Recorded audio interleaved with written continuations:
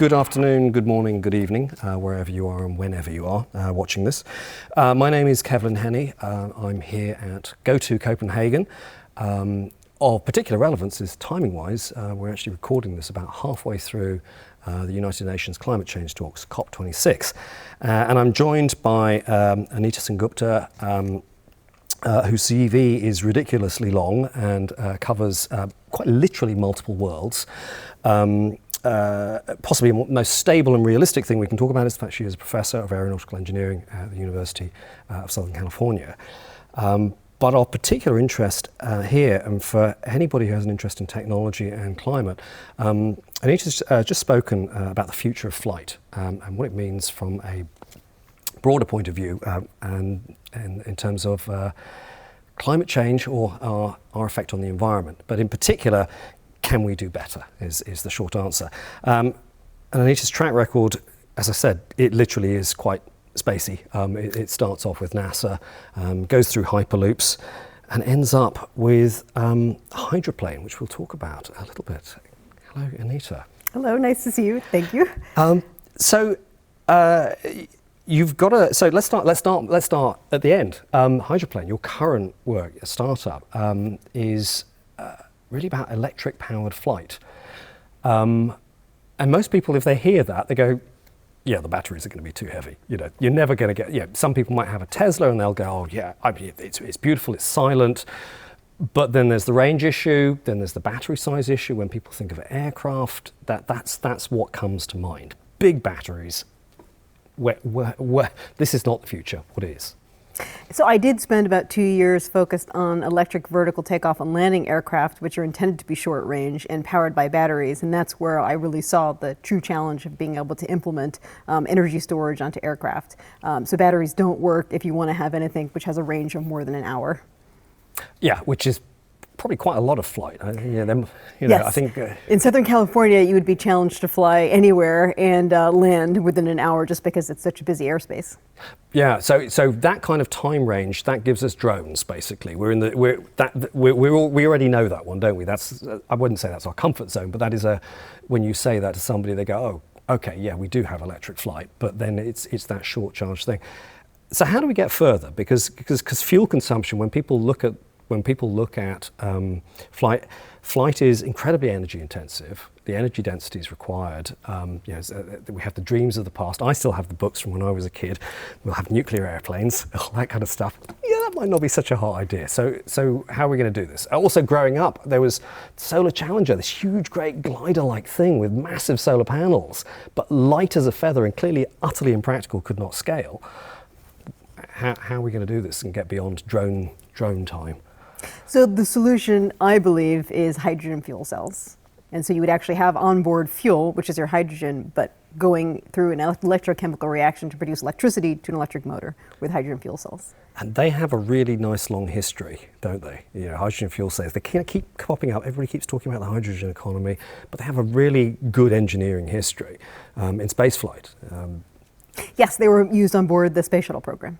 Yeah. As the energy storage means, because of their efficiency per unit mass. Yeah, so we've got that. You've got hydrogen, you've got oxygen, and you're going to get some nice energy from that.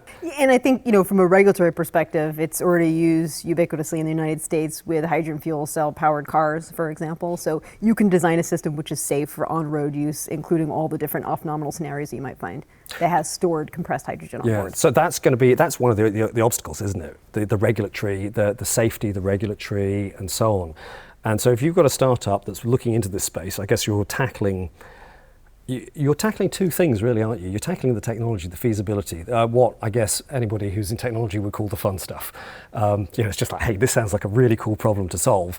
The engineering challenges, the joy of seeing something work, and then there's regulation, which clearly there's a necessity for it, but that's not going to be fun. That's a very different world as well.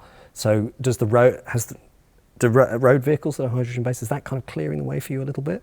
I mean, it certainly helps in the sense that there is government regulation in place for how to design a system from a reliability perspective for ground-based transport, how to design for different load cases, how to do fueling operations, for example. But for aviation, of course, it's always different because you're not on the road, you're in the air. So with a car, you can pull off to the side, but with an aircraft, obviously you can't do that. So it does change things like reliability requirements, durability requirements, and that is an engineering implementation challenge, which you always have to deal with. And I think the bigger issue, though, is if a regulatory agency isn't familiar with the technology, you have to get the agency familiar. So that means FAA and the European equivalent has to become more familiar with the technology so that they can have their own regulatory structure that goes around it. So there's that element of risk, but that also, once again, it's an engineering challenge which can be solved, and it shouldn't stop you from doing what is required to decarbonize aviation. I think that's a really interesting point about the familiarity, because I mean, people like the FAA have got decades of experience in a very particular, they've seen the field and accompanied the field as that's evolved, conventional flight, and here's something new. And of course, there will be some point in the future where they have the same or equivalent, comparable expertise in say, hydrogen-based flight. So you're generating electricity in flight.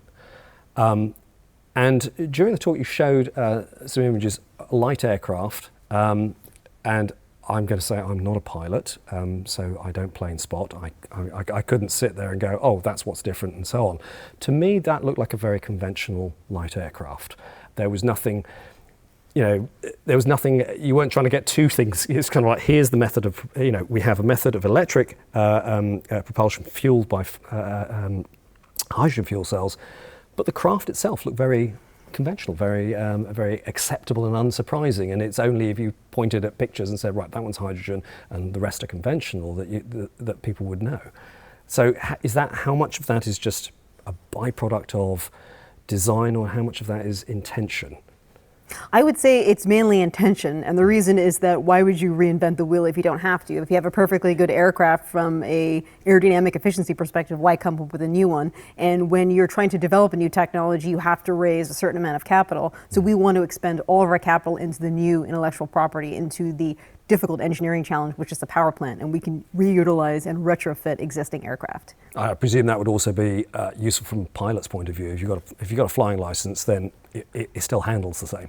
Exactly. Yeah. Basically, you just have to be a private pilot to be able to fly these types of aircraft, and then for commercial purposes, you would just have to be a commercial pilot to fly these aircraft for those purposes. And I think it's a really good point with regards to coming up with new platforms, because there's another new sector of advanced air mobility, which is eVTOL, electric vertical takeoff and landing, and those are brand new aircraft, different designs, different flying skills required. In some cases, no one's ever done it before, so that's a huge challenge in and of itself, which adds additional risk to getting those types of technologies implemented. So this one, it's pretty easy to implement as long as you can show that you have the reliability for the power plant as necessary to meet the requirements from the regulatory agency. So that's quite nice in that sense of kind of like, okay, we're going to innovate along this axis and in this space, everything else stays kind of constant. That's a little more familiar, which I guess is good from investment, but also from a practical point of view, people aren't thinking, oh, we're going to need all this kind of new infrastructure, retraining and all the rest of it. So what kind of range are you getting on that at the moment? So we're designing for 1,000 kilometers of range, and so that could meet a whole variety of use cases for small aircraft, whether that's humanitarian aid,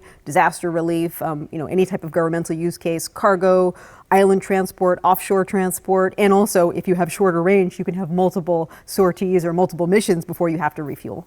So yeah, and that will actually get you somewhere in California, distance-wise as well. So so how does that compare to the range of a regular light aircraft?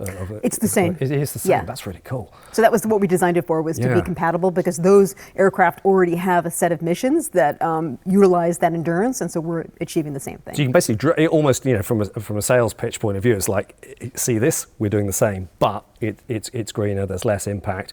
We're producing water rather than CO2, and that's a very different story. Yes. So that's kind of an interesting. And you mentioned a number of different use cases, and I think that's quite an interesting one, because I think in many people's perspectives, flight means different things to different people. For some people it means holidays. For other people they see, oh, this is cargo, this is whatever. But you're kind of slicing through the uses and saying, here's where the strength of this lies. That you're not trying to take on all of aviation at once. You're going for particular sectors. Again, it sounds intentional. but is that? It is, and of course, I am a general aviation pilot. I also do search and rescue flying, mission operations as well, so it's something I'm quite familiar with. And I also wanted to make it more accessible. So people don't realize that general aviation actually is very accessible. Most general aviation pilots are not incredibly wealthy people. They're just regular people who are interested in flying. And there is a movement afoot to provide a more of an air taxi type of scenario, which is the eVTOL use case. Instead of having a brand new aircraft that you have to wait 10 years to get, you can actually fly these as an air taxi and complete that use case. And for me, I was also interested in having a carbon emission-free platform for humanitarian aid, disaster relief operations, to make it accessible to people who really need it. So that, yeah, and I think you're right, because I do know a friend of mine has just started learning to fly. Another friend of mine who was he a week, 2 weeks older than me. He learnt when he was 17, 18. I remember because he used to turn up his, most people when they get carded, they pull out their driving license. But Orhan's thing was we get stopped in a pub in London and he'd pull out his flying license, which was so cool. And he was actually, everybody else was actually younger than him in the group. So they thought, oh, well, you got a flying license, you guys must all be old. That was a really good trick. But yeah, so there is an accessibility that I think is underestimated. And there's lots of governmental use cases. So we actually were funded initially by Agility Prime, which is part of the Air Force. And so they see electric flight as something in the future, and they know that in order to achieve the range requirements that they would like to see for their humanitarian aid, disaster relief operations, they have to shift over to fuel cells. So that's a really broad. So there seems to be this kind of, I mean, am I using the right metaphor here? Groundswell. We're talking air here, but there's a groundswell right across the board. I mean, that's a lot of different people who are showing real interest, and it seems very feasible. There's something else that I think is also interesting about. You talked about the range, and there was a comment that you made, which I don't think I'd ever thought about, although in terms of routing, I've seen it come up before in the past. Often when we think in terms of the environmental costs of flight, we tend to think of long-haul international flights. And you made a point that that's actually not where the weight of the environmental damage is being caused. Oh, it actually comes from regional flights, which are shorter range. So if you were, cruising at, let's say, 600 kilometers per hour, right, for a regional flight going from city to city, that's where the bulk of the CO2 output comes.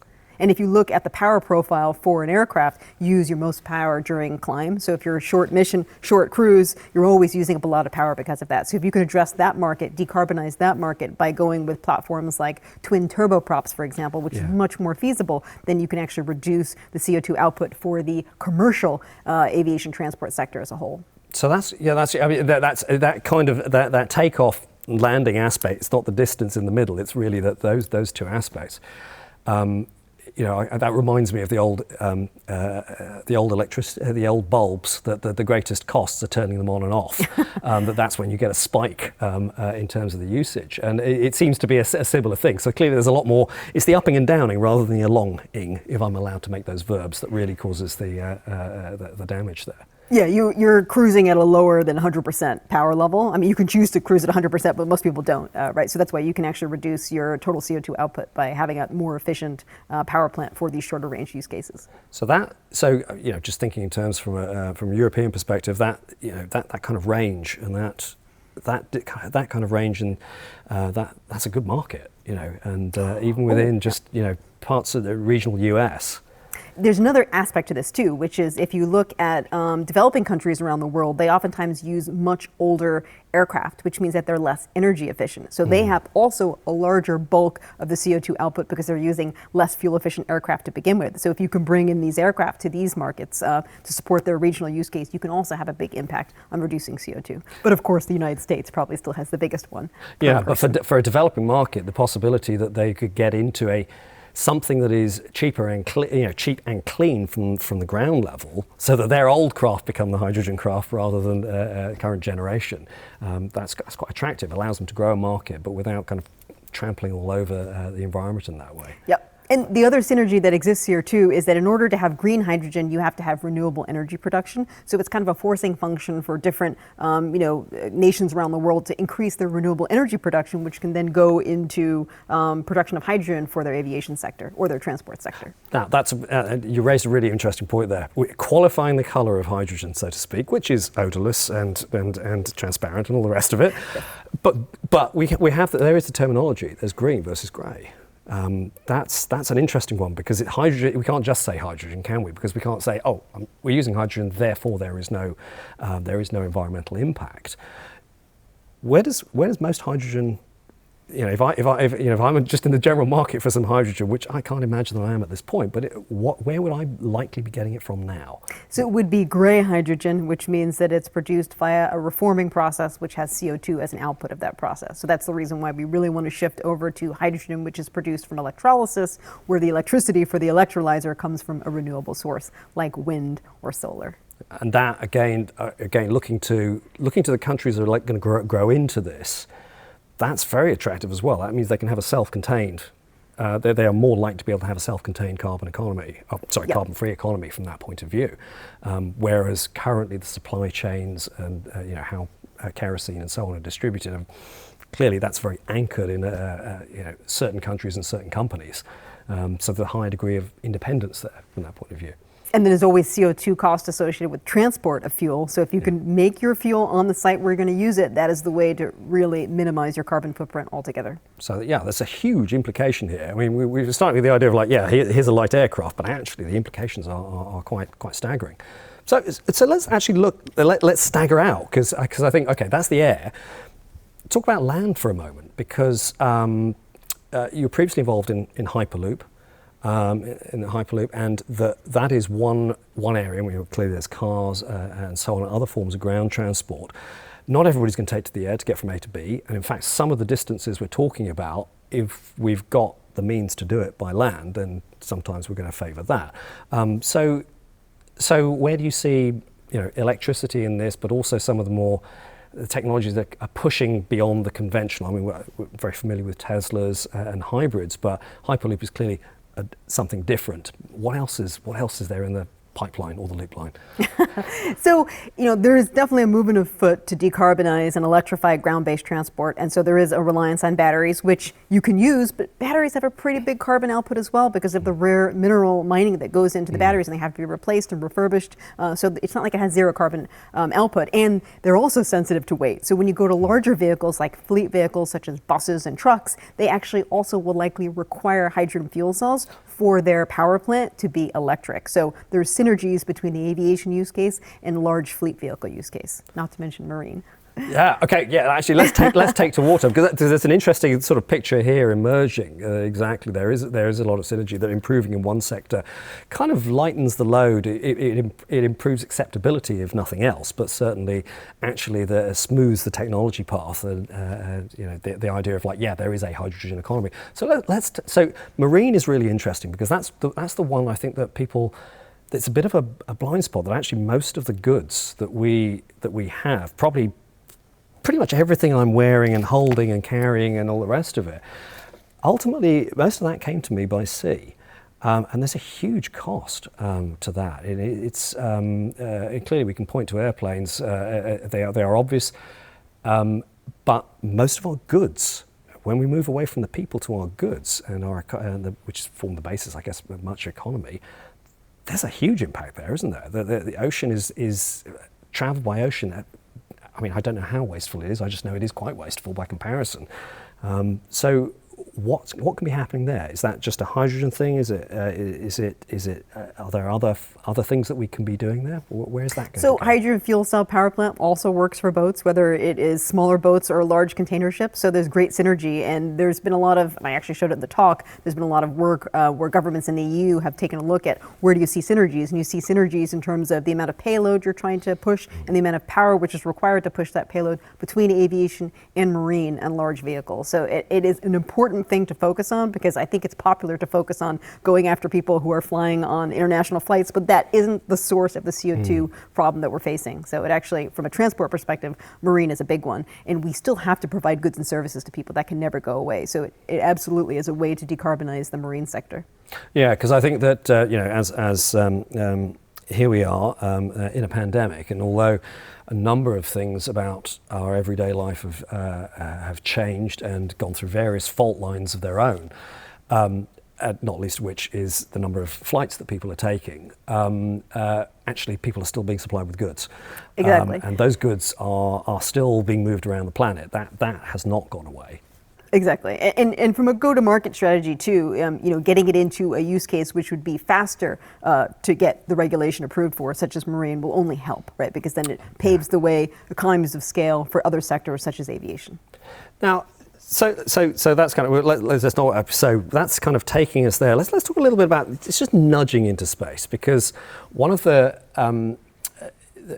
I remember, so I have a book at home. Again, one of those books I read as a kid that was telling me that here we are in 2021. I mean, it wasn't just moon bases, I was told. I was promised hypersonic craft in this book. It was, it was going to be, Concorde is just a stepping stone. We're going to be hypersonic within decades. We're going to be able to get from here to Australia rather than spending 24 hours traveling. It's just going to be a few hours, and it's just a nudge into just nudge briefly out of the atmosphere and back in again. So where are we with that, and how does that fit with decarbonisation? Well, I would say that it doesn't fit with decarbonization, but I think that suborbital vehicles are being developed for the purpose of sort of like space tourism, where you come up really high, you see a view of the curvature of the Earth, and you come back down again. That could be used for something more than space tourism. It could be used for rapid transport. I don't know that that's necessarily a good thing, though, because of the carbon footprint associated with it. So I think that's where regulation has to come in. Yeah. It's one of those areas. It's kind of like, I was promised jetpacks and all the rest of it, and I kind of went, how does that fit in? That's a little bit outside what we're talking about. But in terms of everything that we're currently doing in the world, in terms of our transport and our movement of goods, that's all fair game for the kind of decarbonisation you're talking about. And what kind of, in terms of transforming economies, but importantly transforming flight, what kind of time frames, obviously I'm asking you to look into a crystal ball here, what kind of time frames are we looking at? Because people, the danger is we've been promised various things at various points. I think I read another article about how close fusion is just last week. And again, that book that I've got told me it was before the end of the 20th century. There's that. So how far away does this feel? This feels very practical, what you're describing. I don't expect the industry to change overnight, but what kind of timeframes are we looking at here? Well, I would say from an automotive perspective, we already have hydrogen fuel cell powered cars driving around on the road in the United States, and many gas stations actually have a compressed hydrogen supply, so you can actually fuel your car. It's probably not everywhere in the world, but certainly in the United States and probably in Germany. In terms of aircraft, I would say for small aircraft, it depends upon the weight of the aircraft. We'll see that within the next 5 years, obviously, with what we're doing at Hydroplane. When it comes to larger aircraft, it's a little bit more of a challenge, both from a regulatory perspective and because if you're carrying more passengers, you're going to go on a longer haul, you have to climb to a higher altitude. So that likely requires a change in the PEM fuel cell technology with a different type of electrolyte, just so they can operate at a higher temperature as is necessary for higher compressor powers. And so that is probably more like the 10 to 15 year time frame out. And then for jet aircraft, that's probably more like, the 15 to 20 year time frame out. So, so again, I'm going to come back to almost where we started, and then a couple of other closing thoughts. Airships, and I know this isn't necessarily your space, but it's... so again, what I was promised in these books was helium airships, but they were a little bit kind of fuzzy about the power. They didn't mention that because they were just drawing pretty pictures, and this was for children. Is this the kind of thing that we keep seeing? Roughly once a decade, somebody predicts the comeback of the airship. Could hydrogen fuel cells, could this direction actually be one that could potentially bring them back, say for haulage, if not passenger flight, at least cargo? I'm not sure. I don't know too much about airships, and certainly that's maybe a slightly different use case, but I think the efficiencies of wing-borne flight generating aerodynamic lift from the wing is probably the most efficient from an energy perspective. So that's probably why I would say go for that, just because at the end of the day, when you're trying to be more energy efficient, you want everything about your system to design to be the most efficient possible. So I think that's where having wings allows you to achieve that. Plus renewable energy to provide hydrogen through an electrochemical reaction with a fuel cell is kind of the holy grail solution to all that. So speaking of winged flight, let's move to another planet. You were involved in Mars Curiosity, which is I have to say, I don't know, can I have a favourite probe? I'm going to say I can have a favourite probe. It's one of my, I still have a favourite space station. Sorry, ISS, it's Mir. And Curiosity, I thought was just such a classic mission. You worked on that, and entry, descent, landing sequence was part of what you did. And then we saw this year was such a good year for Mars. United Arab Emirates to Mars, China to Mars, and NASA came back with, as it were, the offspring of Curiosity, Perseverance, just, sort of souped up, absolutely awesome. But it took with it Ingenuity, which, as a programmer, I'm quite excited because I know that Perseverance and Curiosity was programmed in C, but this was programmed in C++, and it meant that Linux arrived on Mars. So that's just a small side note there. But that was a proof of concept that actually having a little helicopter on Mars whose atmosphere is ridiculously almost nothing, and it worked, and it seemed to work incredibly successfully. Is that something that you're thinking that looking ahead to the solar system? There's a few atmospheres around. Does this open something up, or is that just a dead end, a proof of concept? That was nice, but that was all we were going to ever do. Well, I think it actually gets around a lot of the hazards of when you go to a planetary body where you don't have a lot of knowledge of what the surface terrain is like, because if you're flying above it, you don't have to worry about driving over different rocks, you don't have to worry about the complexities associated with that, and you're able to travel longer distances and collect more scientific information. So I think it does lend itself to a variety of different scientific reconnaissance use cases. And there's Dragonfly, which is a mission which is coming up, which is a octocopter, which is the size of a small car, which is going to be flying around on Titan. Yeah, no, Titan's ridiculously cold, but it's got an atmosphere about as thick as Earth's. Yes. And it's also got, it's just above lunar gravity. So it's about a fifth of Earth's gravity. So you've got the atmospheric density, you've got very little gravity. So yeah, you can carry a car around, but then there is a slightly different kind of thermodynamic element there, but that could allow you sustained flight over quite some distance. Yes, and you could also have an airplane on Mars as well, which has been proposed in the past but hasn't been done yet. So I think that would probably be the best way to cover large distances at the most energy efficient system design possible. So speaking of large distances, let's go really large. Okay, so warp drive. No, I'm not going to ask you about the decarbonisation of warp travel. I do know that you're interested in Star Trek, so I do and as somebody who has an interest in that myself, they're not really into the whole flight thing except for space flight. But I have to ask you, okay, a couple of favourites questions. Do you have a favourite series? And do you have a favourite captain? Yes. Star Trek Next Generation and Captain Picard. Yeah, okay, yeah. Yeah, it's normally if you led with TNG, then it was going to be Picard. But if you led with Picard, it might not have been TNG. So that's it's one I grew up on. So I did love Deep Space Nine as well, and I loved Voyager, and I loved the original series. Yeah. It's, so yes, I have to admit that it was. I think it was the original Star Trek. They were doing reruns when I was growing up. Plus, they had the cartoon, and then they came out with the films. Which they had some interesting stuff in the original films, but yeah, I have to say TNG kind of like partly cemented the deal, but does I guess to me doesn't have quite the same quite the same meaning. So I'm a little more flighty with this, but I will say that Picard definitely, yeah. Okay, so we're going to bring this to a close now.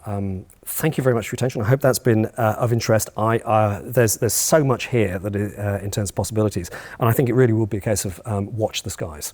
Thank you very much.